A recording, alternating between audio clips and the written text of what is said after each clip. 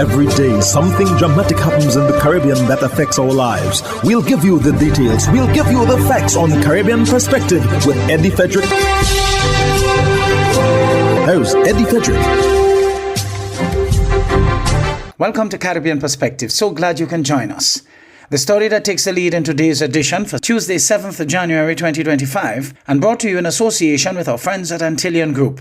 Trinidad and Tobago's Prime Minister defends his decision to demit office and retire from politics. Details after this important message. Believe in our strength, we'll stand by you. Protection from all, perils big and small. Reassurance we give, it's so clear to see. Peace of mind, that's a service guarantee. We look after all our family. Yes, we do at every opportunity. Antillean Group, underwriters of all classes of insurance solutions for your protection and investment. Live well financially.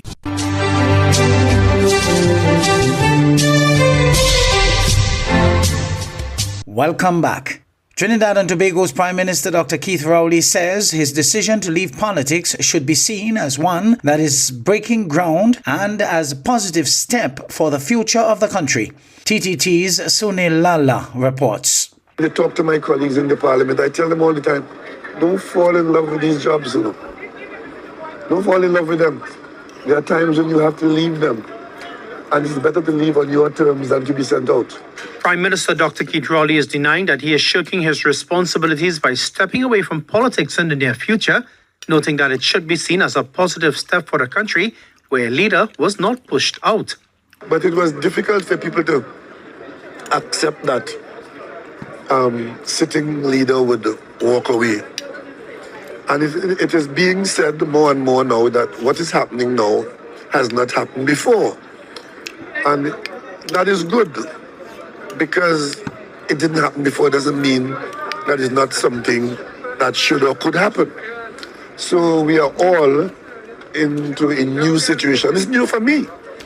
I've never done this before, but I have taken this direction. Dr. Rowley was also asked whether he would stay on as leader of the People's National Movement until its next internal election. As I said, that I am not going to be staying on until 2026. That's for sure. Okay. And if I'm required to go earlier than my own thoughts, I will do so. On the highlight of his career, Dr. Rowley said navigating the pandemic as head of the country was a major responsibility he would never forget. And I was very proud to have led that health team that steered us out of COVID. And the COVID experience for me, I think, would have been the highlight of my career. Because I wasn't only functioning for Trinidad and Tobago, I was chairman of CARICOM, as you all may remember. And I had the responsibility of leading CARICOM in that very difficult period. And I think we came out of it, with some significant credit. And he added that reviving the energy sector on its deal with Venezuela was another such highlight. Putting Trinidad and Tobago in a position to have Point Lisas become the gateway into the world market for Venezuelan gas, and bringing our own cross-border gas at Manatee, Coquina, Manikin, and so to Point Lisas. If I have done nothing else, if we get that done, as we are getting it done, that to me was the highlight of my political career. The Prime Minister, though, criticized the opposition leader's comments on his bid to step down as Prime Minister before the next general election. The opposition leader made a response to this development of my leaving. It is close to being pathetic. As a colleague of mine in the parliament, I must tell you, not that I want to be praised by her, but I think that the kinds of commentary that flows, there's too much hatred, there's too much bile. The Parliamentary Caucus of the People's National Movement is in Tobago for a retreat, scheduled to conclude tomorrow, Monday. Sonolala, TTT News. The People's National Movement PNM Diego Martin West constituency says It is committed to ensuring a process of seamless succession guided by the PNM's constitution and the principles of unity, stability and continuity. More in this TTT News item. In a statement, Chairman of the PNM Diego Martin West constituency, Jackie Lazarus, commended Dr. Rowley's stewardship of the party and the country. The Diego Martin West constituency said leadership requires courage and complexity, especially in trying circumstances, and Dr. Rowley's legacy will undoubtedly serve as a testament to this. And further stated, in navigating turbulent times, Dr. Rowley understood that leadership is not about perfection, but progress, and also noted Dr. Rowley recognized the weight of standing alone in service of a collective goal and bore that responsibility with a determination that will continue to shape our national story for generations. The Diego Martin West constituency honors Dr. Rowley's service and calls on citizens to draw from his example in facing challenges head-on as we aspire to be a more unified, hopeful tomorrow for all. You're listening to Caribbean Perspective with Eddie Frederick, in association with our friends at Antillian Group, underwriters of all classes of insurance solutions for your protection and investment. Live well financially. The red millipede, now quite prevalent in Barbados, may have come through the ports of entry. That is the word from the director of the Center for Biosecurity Studies at the University of the West Indies, Dr. Kirk Douglas. CBC's reporter Akim Klinkett tells us more. Barbadians are now seeing these creatures around their homes. Scarlet millipedes or red millipedes, also known as Trigonelius corallinus, is a type of small arthropod that is native to the tropical forests of Southeast Asia. These colorful nocturnal creatures are herbivores and feed primarily on decaying leaves and wood. In the last couple of months, they have become prevalent in Barbados and have proven themselves to be a nuisance to Barbadian households and crop owners. Speaking to CBC News, Director of the Center for Biosecurity Studies at the University of the West Indies, Dr. Kirk Douglas, said they are likely to have entered through the ports of entry and asked for better detection methods moving forward. These particular species could have entered through the ports of entry, so this is either through, more than likely through the actual seaport when you're importing plants and soil, especially. The eggs of the millipedes can be present in the soil or even attached to plants because they're so small and microscopic that they can be missed. And then once they enter the country, then under the right conditions, the eggs hatch. But it only highlights also to why we have to have good biosecurity at the ports of entry, to be able to monitor and to also reduce the risk of the entry of unwanted pests. Dr. Douglas says that human contact should be avoided with the millipede as it can cause irritation to human skin. Like any other critter or creature, you want to have good sanitary practices, but they do release formic acid, which, when you're bitten by an ant actually injects formic acid, and that's the stinging feeling that you feel. But the formic acid is something that can cause blisters, skin irritation as well.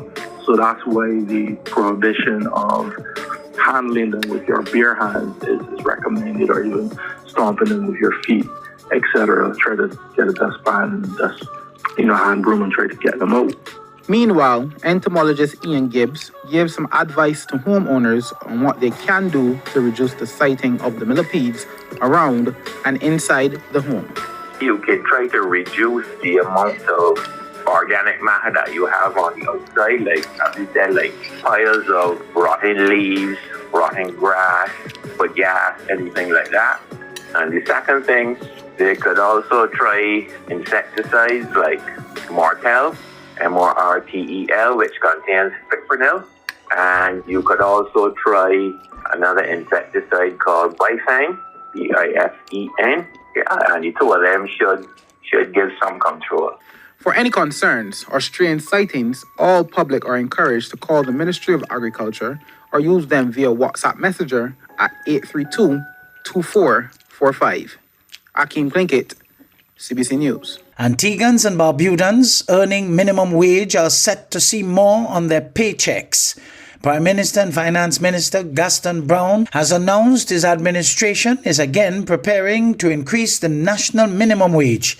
He also says negotiations are to begin shortly for another round of public sector salary increases. The disclosures come as the nation basks in the continuing expansion of the economy, with a 6% growth in real gross domestic product recorded last year. ABS's Jamie J. Roche reports. Speaking on his weekly Point FM radio show, Prime Minister Gaston Brown says an increase in the national minimum wage is just around the corner. One of the areas of success, too, of my administration is that we continue to routinely increase minimum wage. We've done so at least twice, and very shortly we'll be increasing minimum wage again. The last increase in the minimum wage took effect New Year's Day 2023, moving it from $8.20 to $9 per hour. But the Prime Minister says his administration is committed to ensuring workers see their fair share of the country's growing economic pie. Public sector workers are also in for some good news, because the Prime Minister says negotiations for their next salary increases are on the horizon, and he hopes they could see adjustments as early as next year. The public sector has never ever had to strike or to agitate to get an increase. We have negotiated with them and we have given them routine increases. In fact, we will commence negotiations for yet another increase. Hopefully, we can pay that by next year. Again, I'm not giving a firm commitment, but what I'm signaling to the public servants is that you don't have to fight us. As you grow the economy, you go increase your pay. We want public servants to share equitably in the gains. Prime Minister Brown is also encouraging the private sector to step up, urging businesses to reward their employees as the economy continues to thrive. At the end of the day, they're the most significant asset that we have, both in the public and private sectors, and they too must share equitably in the gains of the country. So whether you're earning minimum wage or waiting for a public sector pay raise, the Prime Minister says it's all about ensuring as the country's economy grows, no one gets left behind. Jamie J. Roche, ABS News. The Bahamas' Prime Minister Philip Davis delivers remarks at the Commission of Police handing over ceremony. ZNS News has more. The nation witnessed history with the appointment of the first female commissioner of police and the swearing in of 2 male deputy police commissioners at Government House. The nation's chief prime minister, the Honorable Philip Davis, believes this moment signifies a turning point for the organization that has been hit with recent scurrilous allegations of corruption and bribery among members of its top brass. I've said it before, I say it again. The people of this country deserve institutions they can trust. Without trust, the very foundation of our democracy and public safety begins to erode. I know that, but too many, trust in our police force has been shaken. Stories of misconduct, corruption, and a lack of accountability have left a stain that cannot be ignored. And let me be clear. Ignoring these realities serve no one. Not the officers who wear the uniform with pride, not the communities who depend on their service, and not the leadership tasked with overseeing them. The Prime Minister says while the Royal Bahamas Police Force is filled with good, hardworking men and women who are dedicated to protecting and serving this nation, we cannot allow the actions of a few cannot and will not be allowed to tarnish this organization's reputation and that of our country's good name. Those who think they can hide behind a badge and engage in wrongdoing, there's no place for you in this force. We will have zero tolerance for those who do not wish to be accountable. Our commitment to rooting out corruption is not just about cleaning house. It is about safeguarding the honor of this institution and restoring the trust of the Bahamian people. The people of this country deserve a police force they can respect. One that operates with integrity and transparency, and no one that stands firmly against any, and that one that stands firmly against any abuse of power. And this force is, as I said before, good people. As leaders, it is our responsibility to send a message, not just within the ranks of the Royal Bahamas Police Force, but to every institution in this country. That message is simple. Accountability is non-negotiable.